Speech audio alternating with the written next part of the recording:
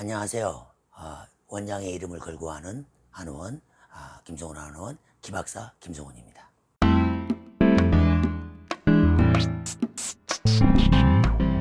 저희 병원은 아이들한테는 롱다리, 엄마들한테는 엄마 아빠에게는 S라인을 추구하는 한의원입니다.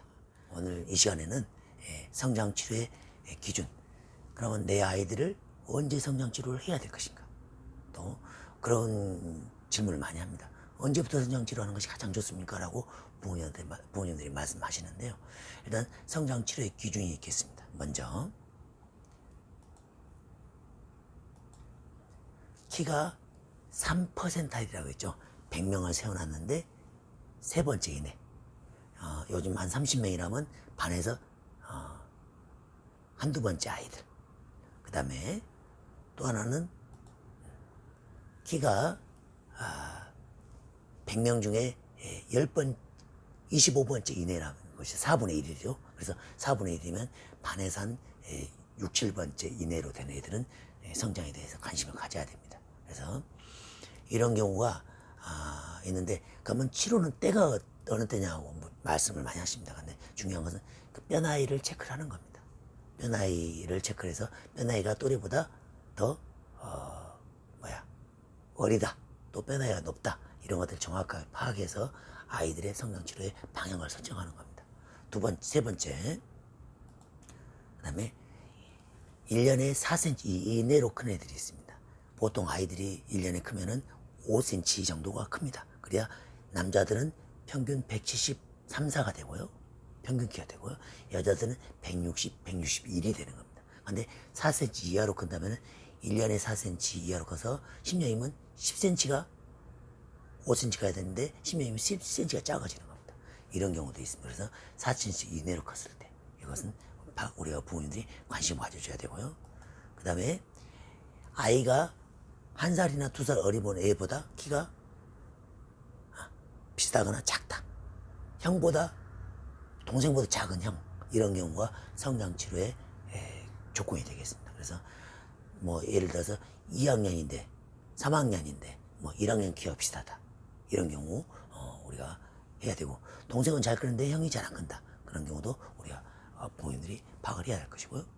그 다음에 1년에 잘 자라다가 갑자기 2, 3cm로 쭉 줄어드는 애들이 있습니다. 이런 경우는 아마 어떤 여러 가지 병적인 상황도 될 수 있고요.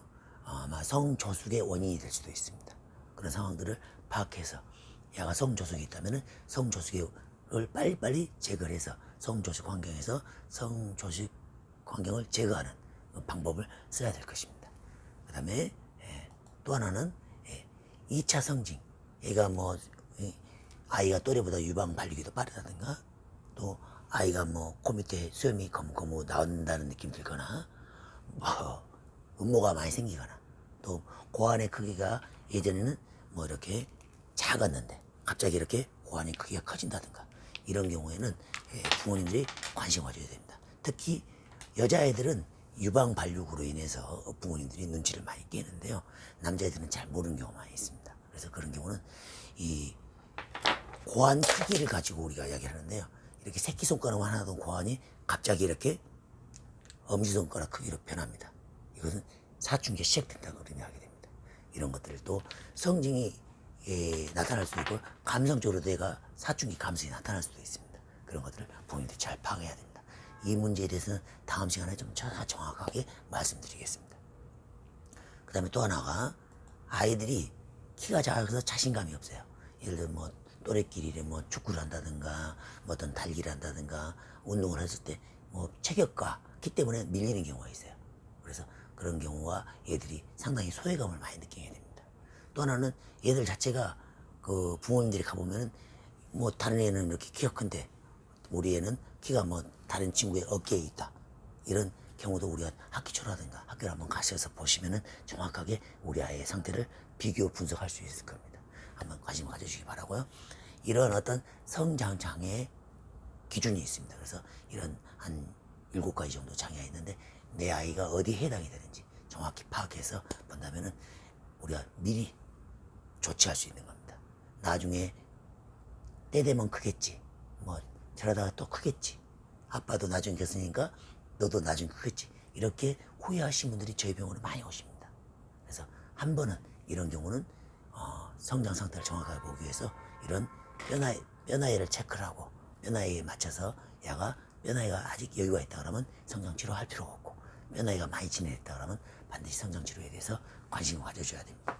그리고 이것을 우리가 좀 더 그래프로 본다면은 내 아이의 키의 상태는 어떻게 해당이 될까 하면 저 신장은 이 3%를 아연에 있습니다.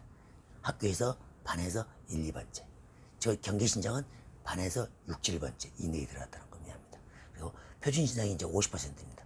물론 15번째 중심을 가지고 30명이라면 15명이 있고 더 큰 애는 또 15명이 또 있는 겁니다. 그리고 저희 병원에는 특히 뭐 농구 선수, 그다음에 축구 선수, 그다음에 야구 선수들이 저희 병원에 많이 옵니다.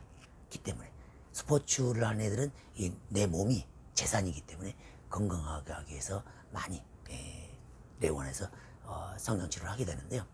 운동선수의 기준은 표준 신장이 아닙니다. 75% 여가 기준 신장으로 봐야 됩니다. 이거보다 반에서 내가 키 큰 순서로의 30명이라면 7, 8명 정도에 있는 높은 키 수준에 있어야 평균 키에 해당이 됩니다. 그래서 혹시 자녀가 운동에 관심이 있고 앞으로 스포츠에 대한 어떤 그런 그쪽으로 관심을 가져서 키를 키운다면 반드시 이 아이의 성장 상태를 파악해야 되겠습니다. 특히 성장 클리닉은 원래는 스포츠 선수들 때문에 생겼습니다. 야가 농구 선수가 꿈인데 초등학교 저학년 때는 키가 컸다는 거죠. 그런데 중학교 고등학교에서 키가 안 컸어요. 그런다면 걔가 이 성장에 대해서 농구 선수로 적정한 키로 잘할 것인가를 보기 위해서 성장 클리닉이 있었던 겁니다.